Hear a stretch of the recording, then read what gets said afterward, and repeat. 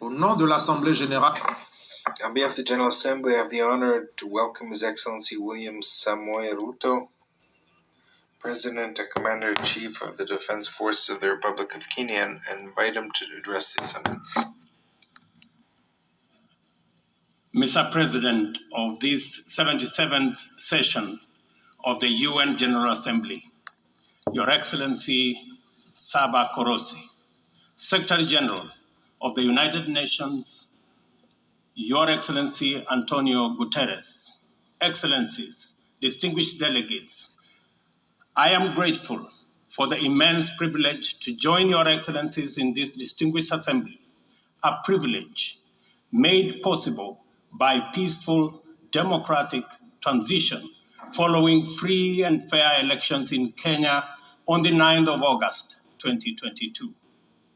Elections that not only stand as testimony of the universal power of democracy, but also of the manifest ability of African peoples to invest in stronger nations and a secure future, robust institutions, effective constitutions, and the impartial administration of the rule of law guarantees the achievement of shared aspirations.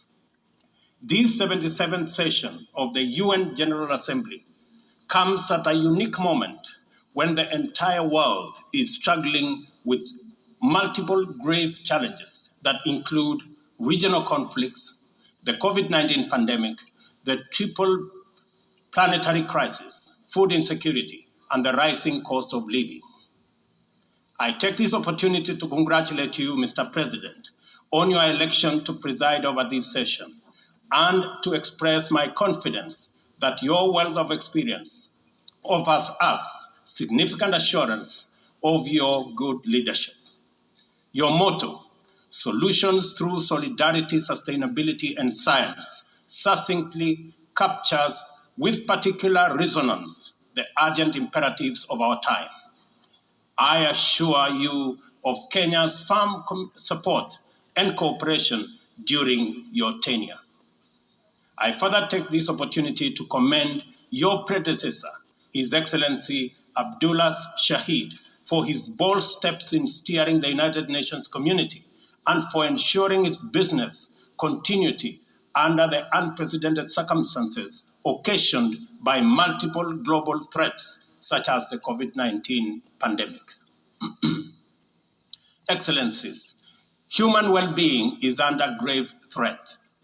The health of the planet requires urgent attention.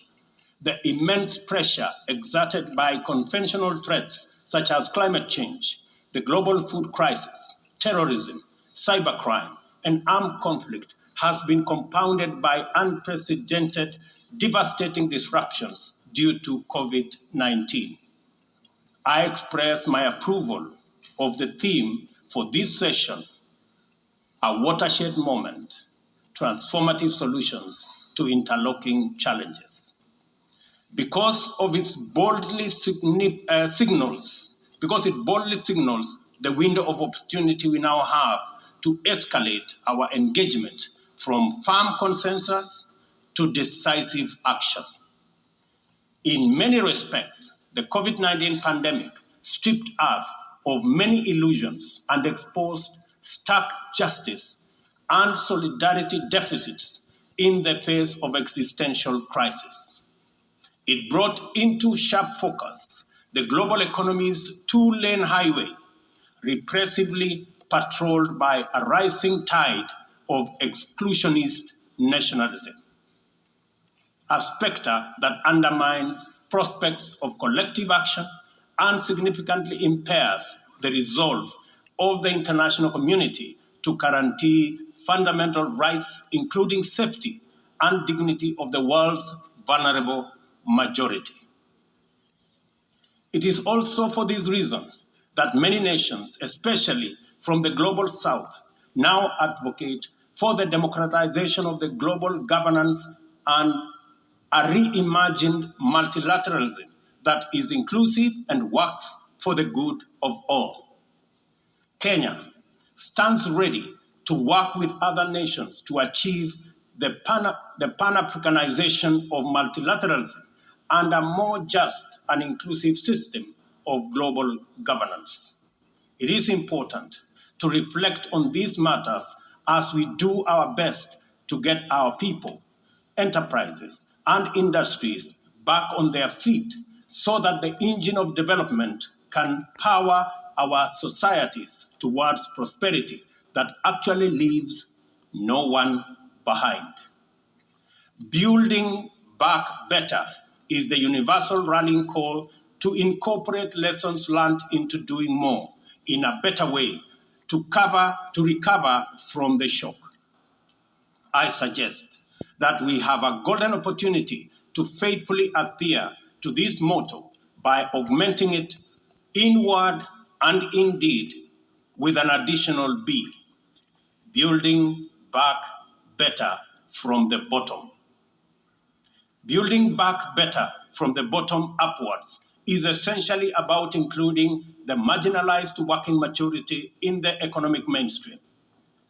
The bottom millions relentlessly wage their daily battle for survival in a crowded arena characterized by scarcity of opportunity and generally precarious existence.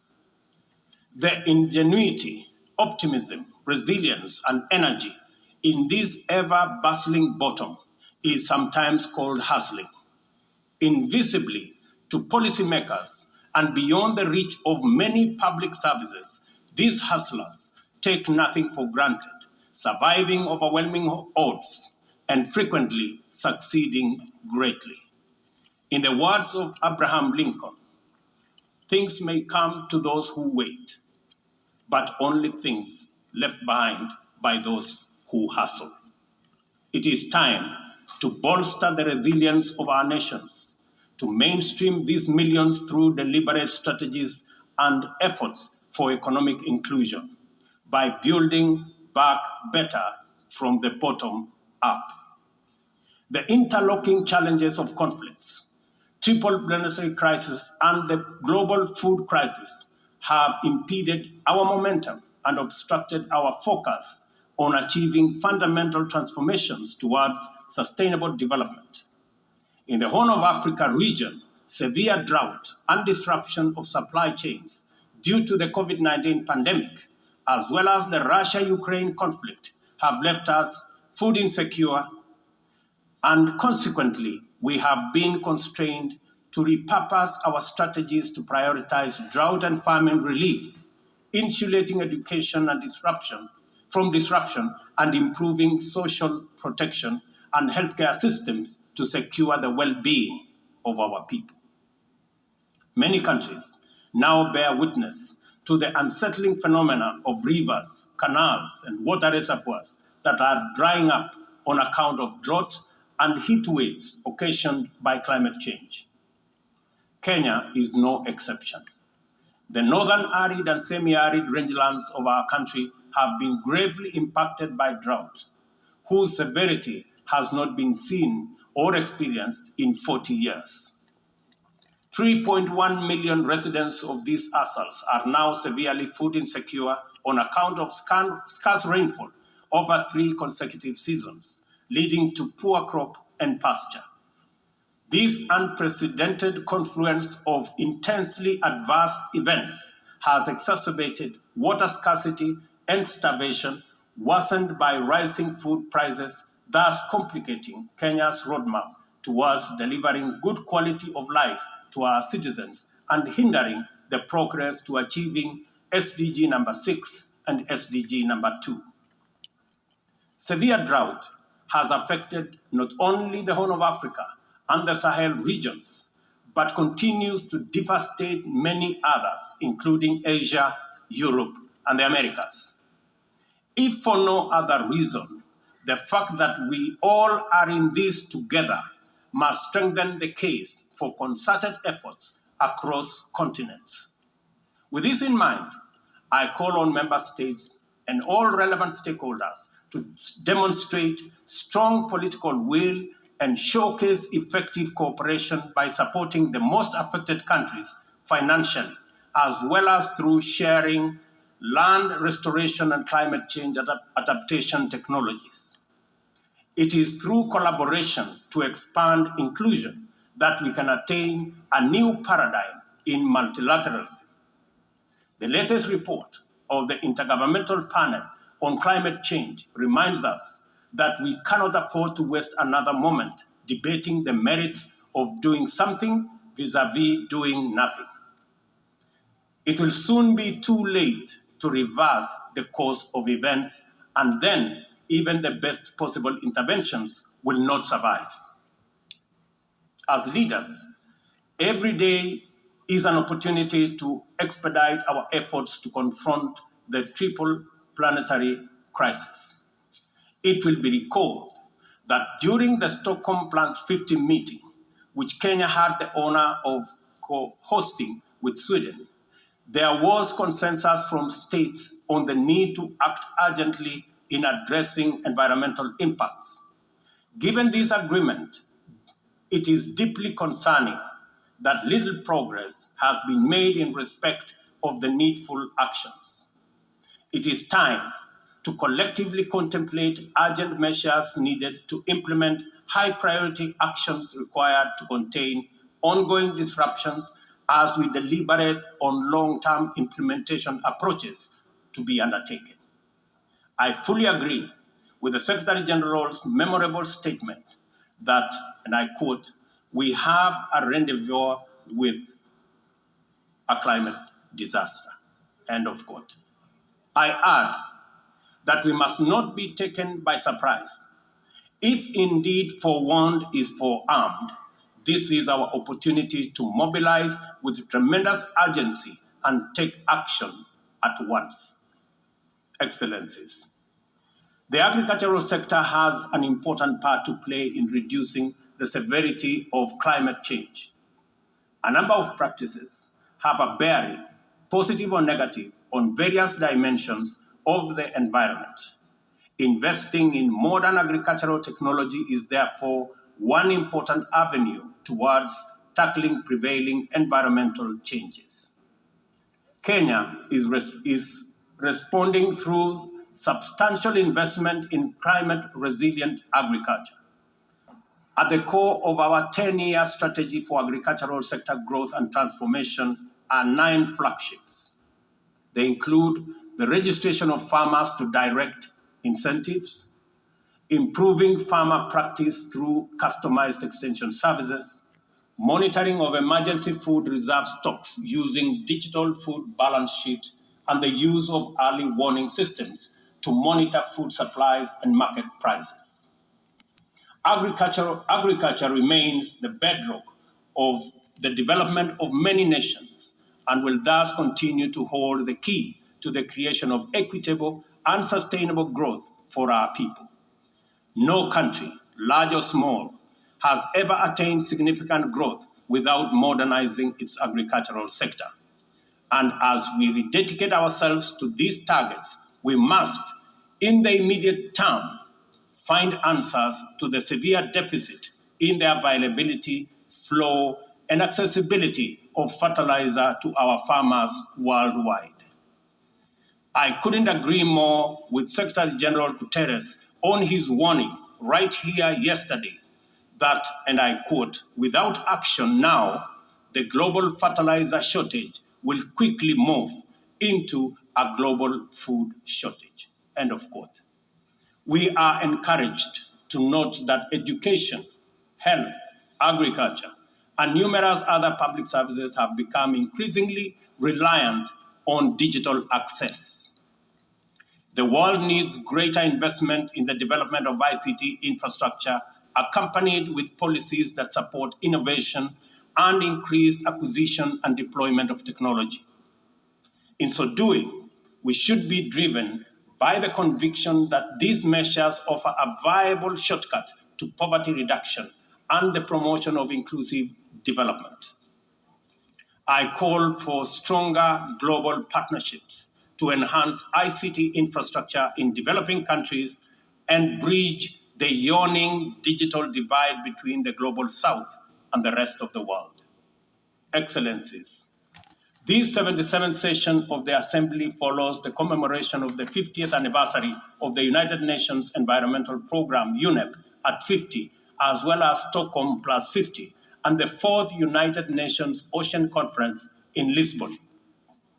Outcomes of these conferences demanded real commitment to address global environmental concerns as a matter of urgency and for a just transition to sustainable economies that work for all people.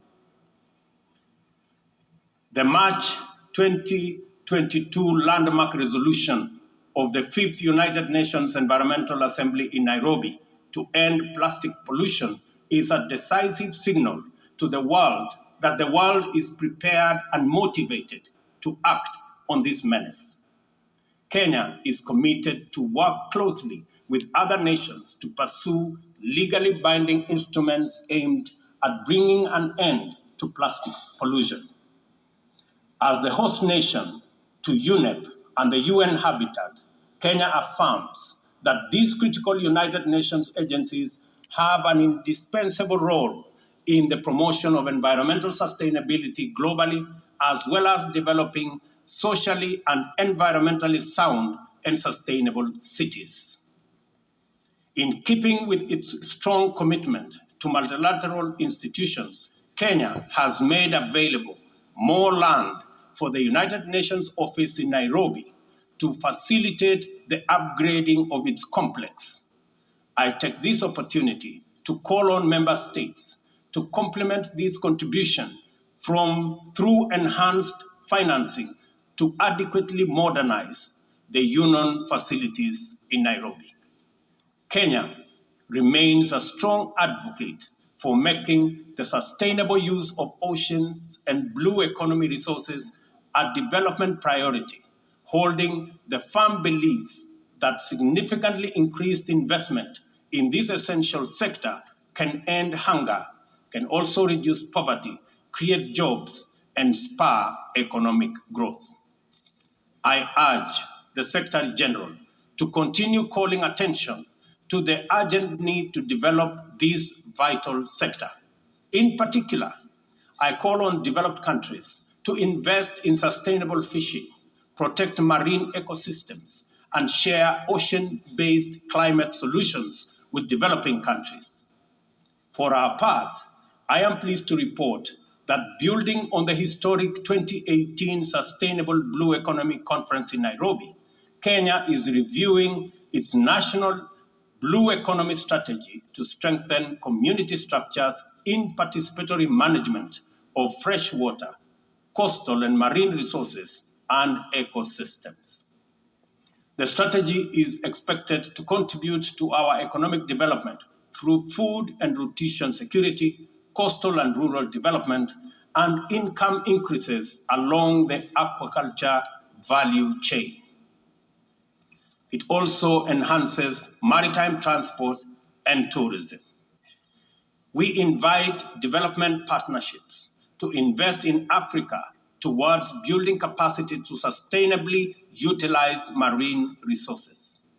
We must rally together to make the best use of Africa's vast blue resources in developing our economies while meeting our climate targets. As we look forward to the 27th Conference of Parties to the United Nations Framework Convention on Climate Change, COP27, scheduled for Sharm el-Sheikh in Egypt, it is logical to expect that member states will shift their attention towards the development and implementation of frameworks for climate change mitigation. Accomplishment of pending actions by member states is essential for the implementation work that lie ahead. I therefore call upon all of us to urgently deliver on all commitments made towards climate change financing.